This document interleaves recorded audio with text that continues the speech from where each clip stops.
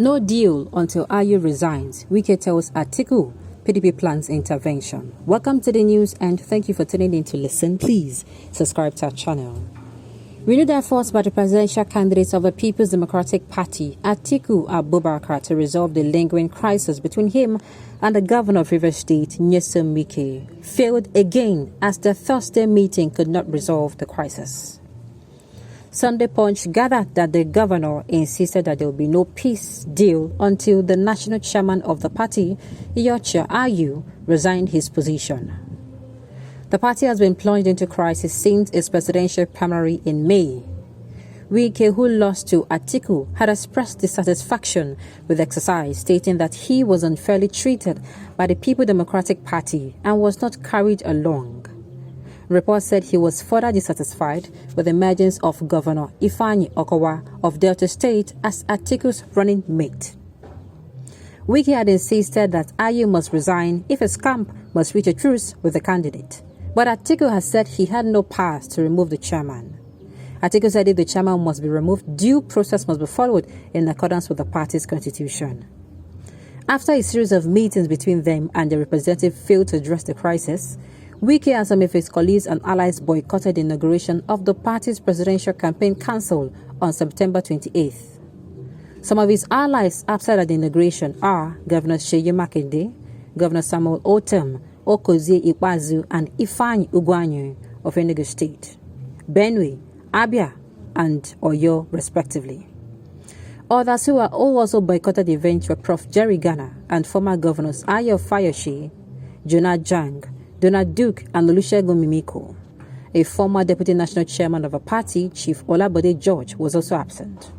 Meanwhile, in a fresh move to placate Wike, especially as the presidential campaigns began on Wednesday, Atiku again met with the governor on Thursday at his private residence in Asokoro, Abuja. One of Wike's allies, who was privy to what was discussed at the meeting, Senator Olaka Wogu, told Sunday Punch in an interview that during Thursday's meeting, the governor reiterated his demand to the former vice president that there was no going back on his demand that Ayu must go. He affirmed that the meeting between Atiku and Wike ended in a stalemate after the governor stood firm on his demands.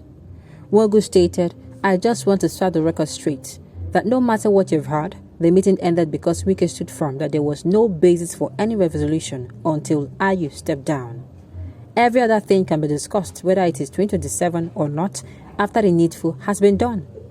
This will put the party in a position where the national chairman can go to every state to campaign for the party. There are some states where Ayu may not be welcomed." Wogu, a former lawmaker, dismissed report that Atiku offered to support Wike for president in 2027, stressing that there was no such decision between them. Talks are still ongoing between them, and I know that there will be continued talks between them, he added. When prodded to speak on the reported agreement between them, Wogu said, "There is nothing like that. I told you that talks are still ongoing between them. I will not lie to you, but I cannot disclose the content of the meeting. The idea is to find whether they can reach an agreement. As you know, Wike has stood his ground that Ayu must leave for a sense of fairness, equity, and for what is right. He should go. This was even compounded by the fact that Ayu himself said he would go. So as a matter of honor, he should go." Before now, Atiku has said that there were constitutional challenges to Ayu's removal. So between pleasure and force, we will explore that option. We'll explore the option. That was what Atiku said in London. This is like a follow-up that they are talking.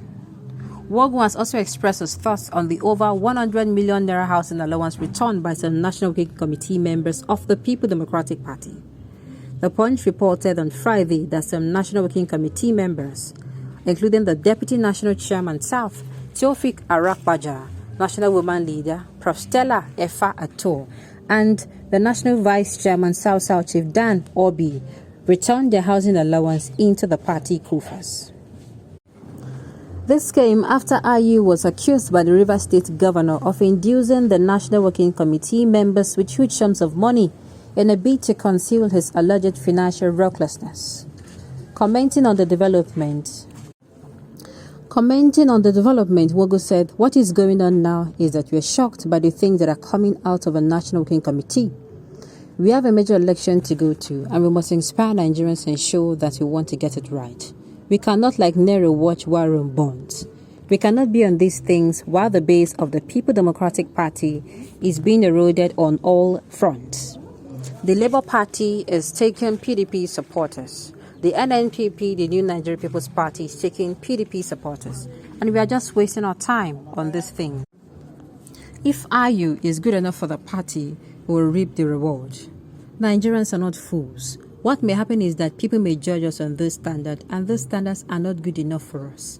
Nobody should be able to lead Nigeria with such happenings, no matter how you try to shield it from the public.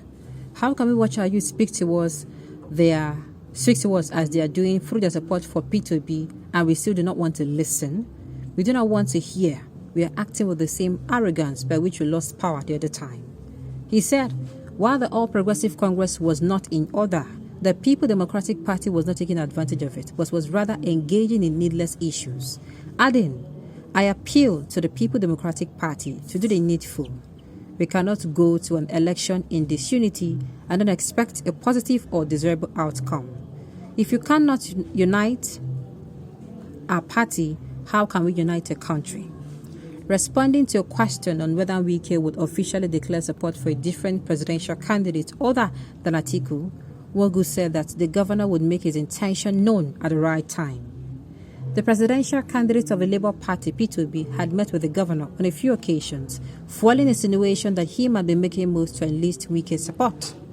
Wogu added, Wike has said that he would openly declare his stand when we get to that point. He had a meeting with his leaders the other time and took a decision to withdraw from the campaign council. He had a meeting with the leaders the other time and took a decision to withdraw from the campaign council. It is not unilateral. It is not unilateral because all the leaders came, spoke at the meeting, and the decision was reached. You cannot do this kind of thing yourself. The group has shown beyond him alone. The group has grown beyond him alone. Everybody will sit. People will give their opinions and the decision will be made. Following claim that IU may not be welcomed in the South during the campaigns, a former commissioner for information in Rivers State, Ogbonna Wike, said it was an issue of perception. He said nobody would attack IU or inflict any bodily harm on him, but that his presence might remind the Southern people that he was unfair to them and that this might be a minus for Atiku. Of course, now really PDP are thinking right. Well, the thing is, it's almost too late. Nigerians are now awake. They're no longer the Nigerians that they had in 2015. These are the Nigerians they had in 2007. All right, on this note, we have come to the end.